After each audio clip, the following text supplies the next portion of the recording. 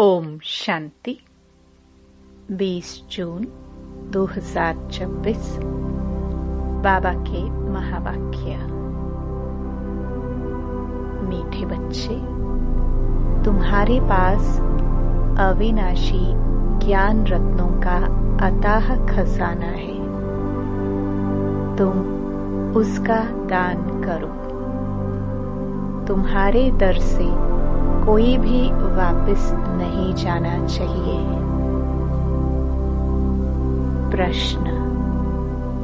सर्व संबंधों की साकरी बाप अपने बच्चों को कौन सी श्रीमत देते हैं? उत्तर। मीठे बच्चे, अपना बुद्धि योग सब तरफ से हटाए एक मुझे याद करते रहो। दुनिया की कोई भी वस्तु, मित्र, संबंधी आदि याद न आए, क्योंकि इस समय सब दुख देने वाले हैं। विश्व का मालिक बनना है तो जरूर 63 जन्मों का हिसाब किताब चुकतू करने की मेहनत करनी पड़े। सब कुछ भूल अशरीरी बनो, तब हिसाब किताब चुकतू हो। मैं सर्व संबंधों की साकरीन हूँ। ओम शांति। बाप दादा बच्चों से पूछते हैं कि किसकी याद में बैठे हो? शिव बाबा की। बुलंद आवाज में कहना चाहिए, शिव बाबा की याद में बैठे हैं। तुम बच्चे अर्थात आत्माओं का कनेक्शन है शिव बाबा से। तुम शिव बाबा के बनते हो इन द्वारा, क्योंकि शिव बाबा इनके द्वारा ही मिलते हैं। यह बीच में दलाल भी कहा जाता है। तुम्हारा दलाल से कोई कनेक्शन नहीं है। यह तो सिर्फ बीच में मार्फत है। लेन देन का सबका हिसाब किताब बाप से होना है, इनसे नहीं। इनका भी लेन देन बाप से है। यह भी उस बाप को कहते हैं, बाबा मेरा सब कुछ आपका है। तुम्हें भी एक तो निश्चय यह है कि हम आत्मा हैं, और दूसरा यह भी निश्चय है कि हम आत्माएं अभी परमपिता परमात्मा से वर्षा ले रहे हैं। मनसा वाचा कर्मणा, तन मन धन से हम शिव बाबा के मददगार बनते हैं। यह सब कुछ शिव बाबा को अर्पण किया हुआ है। फिर शिव बाबा डायरेक्शन देते हैं, ऐसे ऐसे यह करो। इनको कहा जाता है श्रीमत। बाप खुद कहते हैं, मैं इस पुराने तन में प्रवेश करता हूँ। यह भी पतित से पावन बन रहे हैं। यह किसने कहा? शिव बाबा ने। यह भी पावन बन रहे हैं। इनका भी मेरे साथ हिसाब किताब है। इनके साथ कोई का हिसाब किताब नहीं। तुम चिट्ठी लिखते हो, शिव बाबा केयर ऑफ ब्रह्मा, परंतु माया ऐसी है जो निरंतर याद करने नहीं देती है। बुद्धि योग घड़ी घड़ी तोड़ देती है। अगर यही पक्का पुरुषार्थ करेंगे तो फिर दूसरा सब कुछ भूल जाएगा। शरीर भी भूल जाएगा। ये शरीर होगा, परंतु आत्मा को इन सब चीजों से नफरत होगी। यह अवस्था जमाने की प्रैक्टिस करनी होती है। अंत में हमको अपना शरीर भी याद ना पड़े। बाप कहते हैं, अपने को अशरीरी समझ मुझ बाप को याद करो। मैं सदैव अशरीरी हूँ। तुम भी अशरीरी थे, फिर तुमने पाठ बजाया, अभी फिर तुमको पाठ बजाना है। यह मेहनत है। विश्व का मालिक बनना कोई कम बात है क्या? मनुष्य ही विश्व का मालिक बन सकता है। यह देवताएं भी मनुष्य हैं, परंतु इनको दैवी गुण वाले देवता कहा जाता है। लक्ष्मी नारायण विश्व के मालिक थे। इन्हों को अपने बच्चे होंगे, वही उनका माँ बाप मानेंगे, परंतु आजकल मनुष्य अंधश्रद्धा से इन लक्ष्मी नारायण को त्वमेव माताश्च पिता कहते हैं। वास्तव में यह महिमा है शिव बाबा की। देवताओं की महिमा गाते हैं आप सर्वगुण संपन्न, परंतु उन्हों की पूजा क्यों करते हैं यह किसको पता नहीं है। अभी तुम ऐसी महिमा नहीं गाएंगे कि तुम माता पिता। हाँ, तुम जानते हो शिव बाबा वह निराकार परमपिता परमात्मा है। उनसे ही सुख घनेरे मिलते हैं। बाकी जो भी संबंधी आदि हैं उनसे दुख ही मिलता है। यह तो एक साक्रीन है जिससे सर्व संबंध की रसना मिलती है। इसलिए बाप कहते हैं मामा काका चाचा आदि सबसे बुद्धि योग हटाए मामेकम याद करो। तुम गाते भी हो दुख हरता सुख करता, सर्व का सद्गति दाता एक ही है, वही हमारा सब कुछ है। लौकिक बाप से भी दुख मिलता है, बाकी टीचर है जो किसको दुख नहीं देते। टीचर पास जाकर पढ़ने से तुम शरीर निर्वाह करते हो। हुनर सिखाने वाला भी होते हैं, वह सब अल्पकाल के लिए टीचिंग करते हैं। भक्ति में भी महिमा एक राम अथवा परमपिता परमात्मा की ही करते हैं, उनको ही याद करते हैं। वास्तव में भक्ति भी एक की ही करनी है, वह एक ही तुमको पूज्य बनाते हैं। तुम पहले पहले एक शिव बाबा की पूजा करते हो, उनको सतो प्रधान भक्ति कहा जाता है। फिर आत्मा भी सतो प्रधान से सतो रजो तमो बनती है। तुम समझते हो हम पुजारी बनते हैं, तुम पहले एक शिव की ही पूजा करते हो, फिर कलाएं कमती होती जाती है। भक्ति भी सतो प्रधान से सतो रजो तमो बन जाती है। सारा ड्रामा तुम्हारे ऊपर ही बना हुआ है। आप ही पूज्य, आप ही पुजारी। जो 84 जन्म पूरे लेते हैं उनकी ही कहानी है, उनको ही बाप बैठ बताते हैं। तुमने 84 जन्म कैसे लिए हैं, हिसाब ही उनका है। जो पहले पहले पूज्य देवी देवता बनते हैं वही पुजारी बनते हैं। बाप कहते हैं मैं कल्प कल्प आकर तुमको पढ़ाता हूँ और देवी देवता धर्म की स्थापना करता हूँ, राजयोग सिखाता हूँ।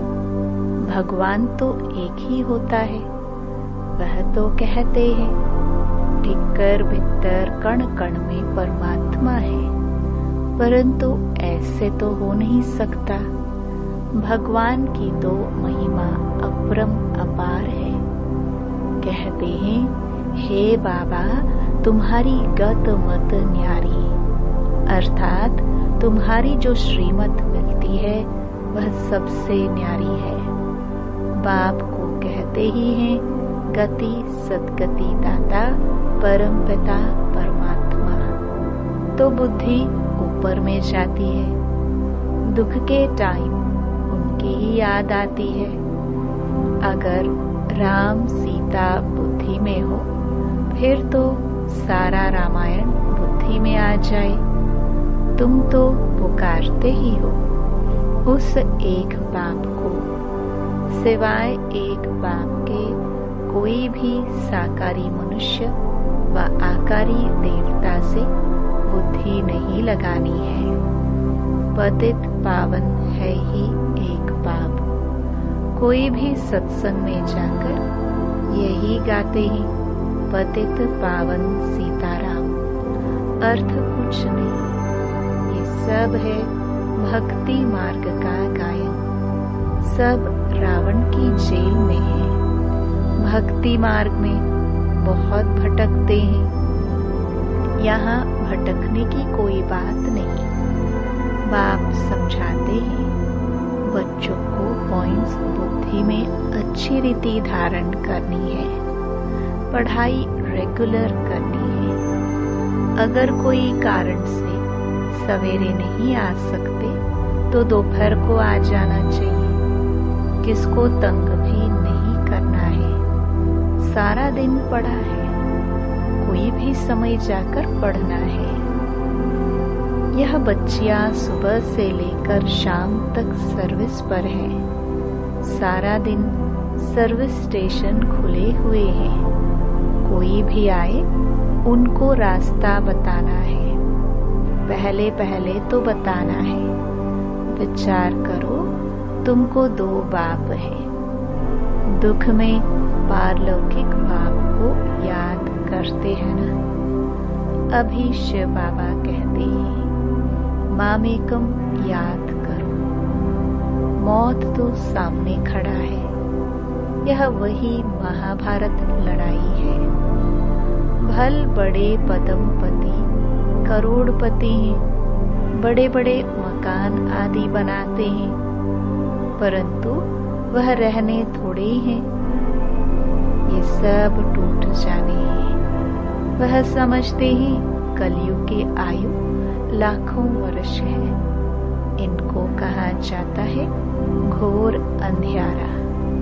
कोई के पास पैसे हैं, पूछते हैं मकान बनाए। बाबा कहेंगे पैसे है तो फल बना लो। पैसे भी तो मिट्टी में मिल जाने हैं। यह तो टेम्पररी है, नहीं तो ये सब पैसे भी चले जाएंगे। कुछ भी रहेगा नहीं। फल बनाओ, फिर उसमें गीता पाठशाला का प्रबंध करो। जो तुम्हारे दर पर कोई भी आए, उनको भिक्षा ऐसी दो जो उनको एकदम विश्व का मालिक बना दो। तुम्हारे पास अथाह ज्ञान धन है, इतना कोई के पास नहीं है। तुम्हारे पास सबसे साहूकार वह है जिनके पास बहुत ज्ञान रत्न बुद्धि में भरे हुए हैं। कोई भी आए तो तुम उनकी झोली भर दो। तुम्हारे पास इतना खजाना है, सिर्फ यह बोर्ड लगा दो, आओ तो हम आपको सदा सुखी स्वर्ग का वर्षा पाने का रास्ता बताएं। परंतु बच्चों में यह नशा नहीं रहता। यहाँ नशा चढ़ता है, बाहर जाने से भूल जाता है। शौक होना चाहिए। कोई भी आए उनको रास्ता बताए जो बेड़ा पार हो जाए। तुम्हारे पास बहुत भारी धन है। कोई भी भिखारी आए व लखपति आए तो तुम उनको भी बहुत रतन दे सकते हो। बाबा यहाँ नशा चढ़ाता है, फिर सोडा वाटर हो जाता है। बाबा तुम्हारे अविनाशी ज्ञान रत्नों से झोली भर देते हैं। परंतु नंबरवार है। किसकी तकदीर में है तो पूरी रीति धारण कर लेते हैं। बाबा कहते हैं कोशिश कर तुम निरंतर याद में रहो। ऐसे नहीं कि सेंटर में जाकर एक जगह बैठना है, नहीं, चलते फिरते जो भी समय मिले बाप को याद करते रहना है। हत कारणे दिल अर्थात बुद्धि का योग बाप के साथ हो। बाप की याद से तुम्हारा बहुत कल्याण होगा। 21 जन्म के लिए तुम साहूकार बन जाते हो। बेहद का बाप बेहद का वर्षा देते हैं। भारत स्वर्ग था, अब नरक है। बाप कहते हैं अब मुझे याद करो तो तुम्हारी आत्मा सतो प्रधान बन जाएगी। बाप को याद करेंगे तो नशा चढ़ेगा। हमारे जैसा धनवान सृष्टि में कोई नहीं है। बाप ही याद नहीं होगा तो धन कहाँ से आएगा। स्वर्ग में तो तुम बच्चों को अपार सुख मिलता है। शास्त्रों में तो कितनी दंत कथाएं लिख दी हैं, गाते भी हैं। राम राजा राम प्रजा धर्म का उपकार है। फिर कहते राम की सीता चुराई गई, बंदरों की सेना ली। आगे खुद भी पढ़ते थे, कुछ भी समझते नहीं थे। अब कितना समझ में आता है, कितनी वंडरफुल बातें लिखी है। बाबा कहते हैं मुझे प्रकृति का आधार लेना पड़ता है। त्रिमूर्ति में भी ब्रह्मा विष्णु शंकर दिखाते हैं, परंतु यह भी समझते नहीं कि विष्णु कौन है, कहाँ के रहने वाले हैं। विष्णु के मंदिर को नर नारायण का मंदिर कहते हैं, परंतु अर्थ कुछ भी नहीं समझते हैं। विष्णु के यह दो रूप लक्ष्मी नारायण हैं, जो सतयुग में राज्य करते थे। अभी तुम मनुष्य से देवता बन रहे हो। कोई भी आए तो बोलो ये ब्रह्मा कुमार कुमारियां हैं। तो प्रजापिता ब्रह्मा सबका बाप हुआ। बहुत ढेर की ढेर प्रजा है। नाम तो सुना है ना, भगवान ने ब्रह्मा द्वारा ब्राह्मण रचे।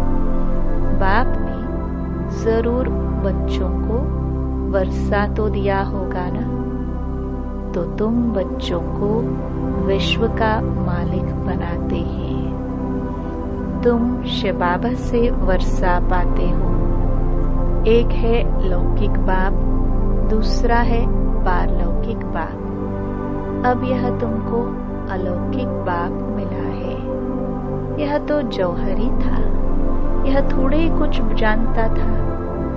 इनके लिए कहते हैं कि इनके बहुत जन्मों के अंत के जन्म के भी अंत में इनमें प्रवेश करता हूँ।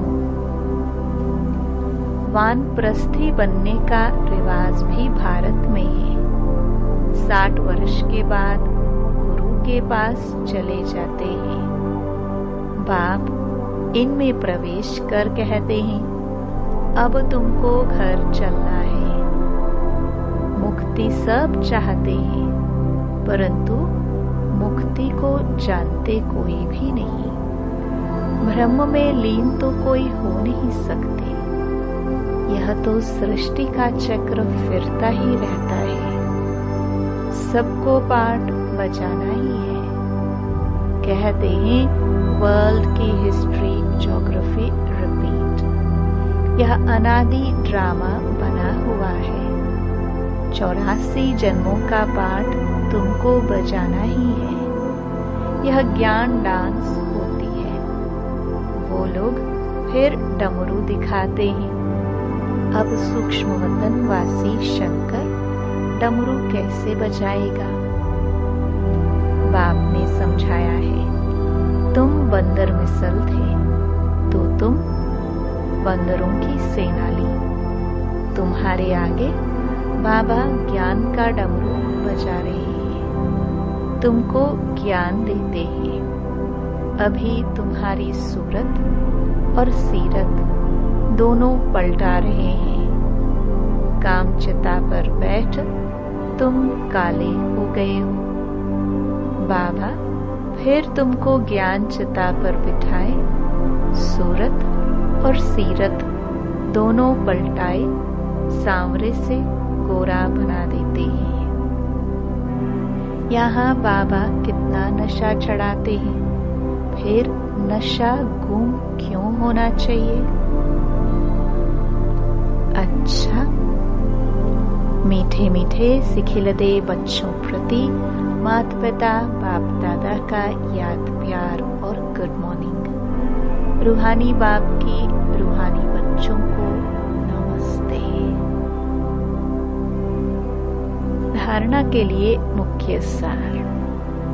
पहला, बाप ने जो अथाह ज्ञान का धन दिया है उसे धारण कर स्वयं भी साहूकार बनना है और सबको दान भी करना है। जो भी आए उसकी झोली भर देनी है। दूसरा, बाप की याद से ही कल्याण होना है, इसलिए जितना हो सके चलते फिरते बाप की याद में रहना है।